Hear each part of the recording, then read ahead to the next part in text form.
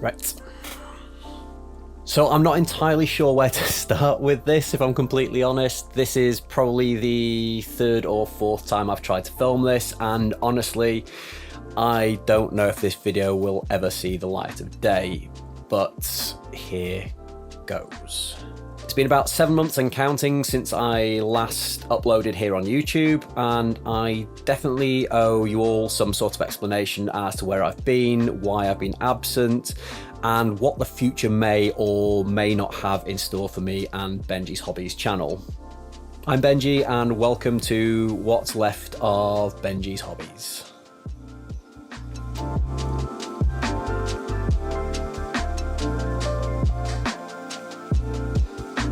Now, as I said, I don't really know where to start with this, so I guess I'll start from the beginning. So this channel's been up and running now for over 3 years, starting off in my modest little garden shed back in September of 2020. We were in the throes of COVID and having been through multiple lockdowns and periods of isolation.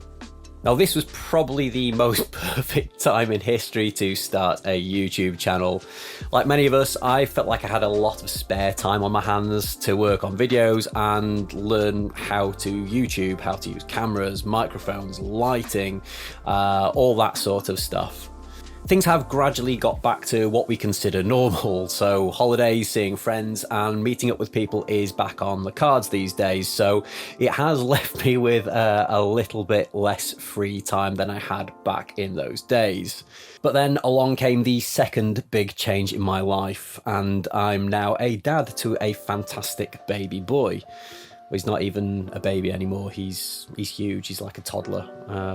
And it's just going by so fast. But very naively, I entered fatherhood thinking that having a child wouldn't possibly hamper my YouTube career, but I was massively wrong with that. Evenings are no longer stress-free periods after work, giving me a chance to unwind, paint some models and film some YouTube videos, and are instead those non-stop roller coasters of pickups from nursery, messy dinner times, bath time and bedtime routines that any parent will tell you can be pretty exhausting after a full day's work. And by the time I'm free to do any hobby, I'm usually not particularly in the mood. I'm sure some of you dads out there can kind of sympathize with that.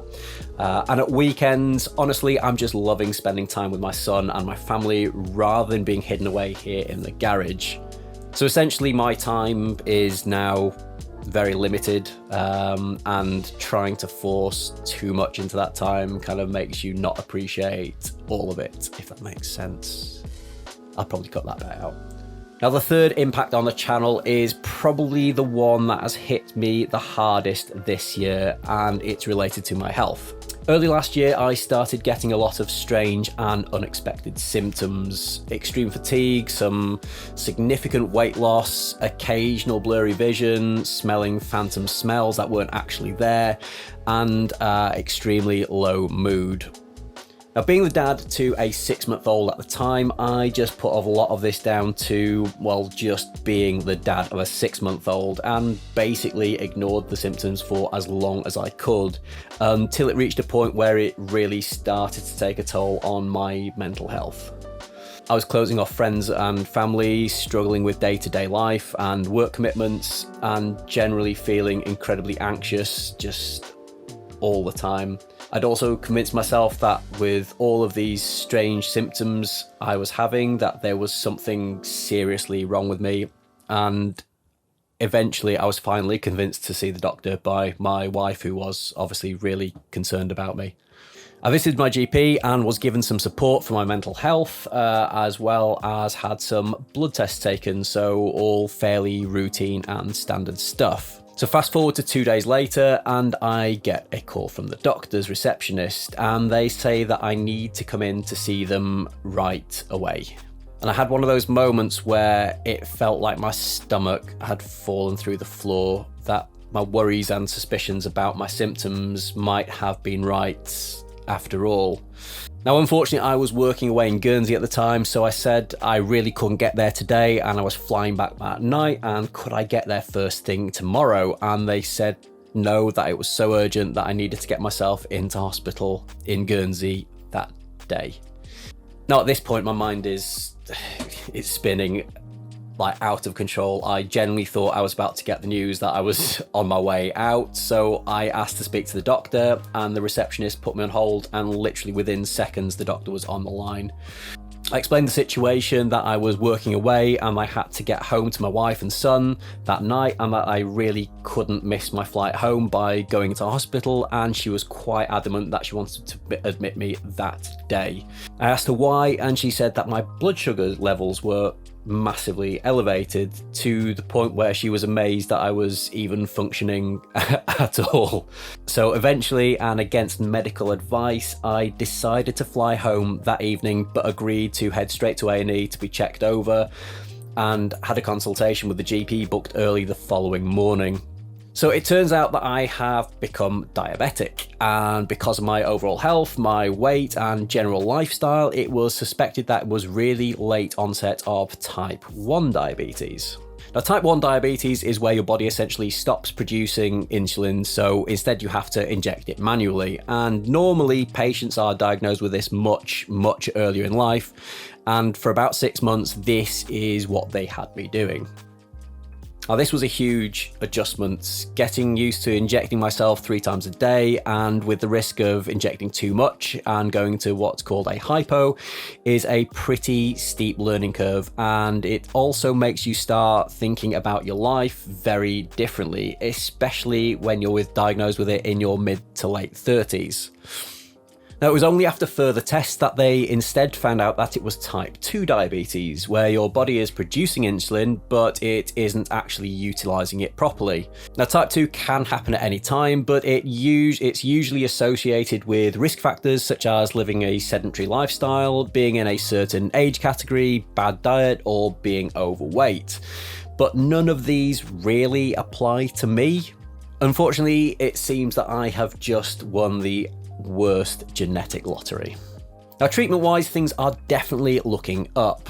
Instead of injecting with insulin at every meal time, I just have to take tablets, but I've also made some changes to my lifestyle that will help negate the symptoms, such as more sensible diet choices, rediscovering my love of training at the gym, and aiming to get a full 8 hours of sleep a night. And I'm hoping for the future to be able to control this just through diet and exercise alone, rather than being reliant on medication as well. So ultimately, my prognosis is pretty damn good, and I'm not looking at the potential death sentence that I had genuinely convinced myself that I was facing. Now, whilst this might sound like a really good thing, at the time it left me in a really strange place. It made me question what I was doing with my life. It made me think, why am I spending hours and hours locked away painting these little toy soldiers? What was I ultimately getting out of this? And every time I looked at my minis, the same thoughts were running through my head. If something had happened to me, then my entire collection would have been for nothing, essentially. Just completely pointless, like all of this. Hours and hours and hours of work. And because of that, my relationship with the hobby felt like it had changed a little bit. So I took a bit of a planned break from it to see if that would help. And the days turned into weeks, and the weeks ended up turning into months. And finally, let's talk about YouTube and being a YouTuber. Now, I know I've been in a super fortunate and very lucky to have had some level of success on YouTube. I'm by no means a big channel, but at one stage I was steadily growing, had more and more sponsorship offers than I knew what to do with, so things were really looking like they were in a good place. But with that success comes some pressure, and mostly it is self-inflicted, to make bigger and better videos, to get more subscribers and views, and to try and keep up with my YouTube peers. And whilst I'm genuinely really grateful for them, working with sponsors can be so incredibly frustrating when you're working to their deadlines and they're expecting you to make changes just at the drop of a hat. If I was a full-time content creator, that really wouldn't be a problem. But as someone who is doing this part-time as a one-man band hobby, it started taking a lot of the fun out of it for me, and just felt like a second job that I just at times really didn't want to do.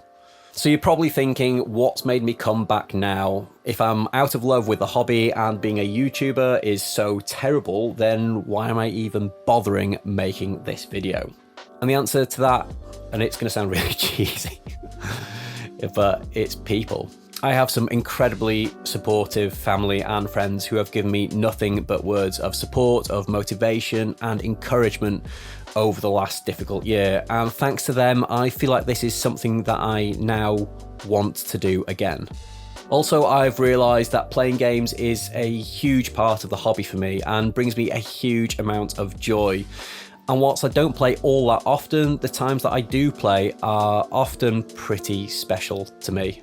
Now, whether that's at tournaments or in particular over the kitchen table with mates and a couple of beers, the connection and time spent with others makes it absolutely worth it. And if you're watching this, you know who you are. And I probably don't say it enough, but thank you.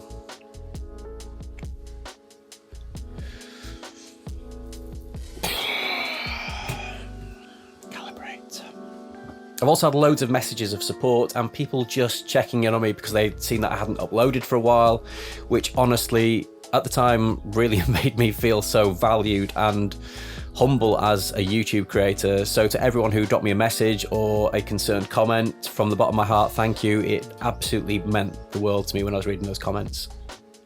So with all that out of the way, it's hard this. So with all that out of the way, what can you expect from me going forward? Now, I'd love to say that I'm going to be releasing a video a week and that I'll be hosting live streams every day and that I'm launching my own brand of merch, but right now I'm just gonna take things back and keep it really, really, really simple. So I'm just gonna make videos that I want to make. I'm not going to take on any sponsors unless they're cool to work with or a product that I really like. And most of all, I just want to take the pressure off myself and have fun doing this. So if you're going to take away anything from this video, what would that be? So first of all, look out for yourselves, both mentally and physically. If something's not right, then speak to someone, get it checked out. Just don't suffer in silence.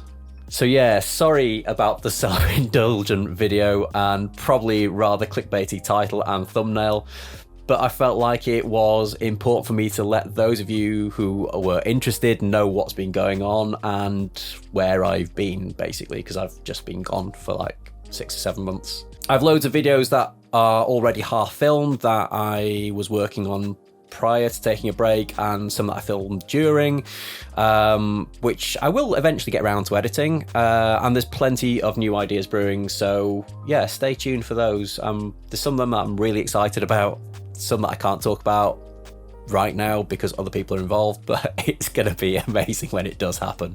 And I'm not saying that just to try and keep you all like stringing along or whatever. There's some really cool stuff planned. A huge thanks to my patrons for being so patient and for hanging around even with a drought of content. I have been switching my Patreon off over the last few months, just whilst I've not been putting any videos out, and I will be switching that back on as soon as there is a steady trickle of content coming out again, and once I'm kind of comfortable with my output, basically. So if you made it this far through this absolute waffle of a video, thanks so much for watching. And I really do hope I see you guys in the next video.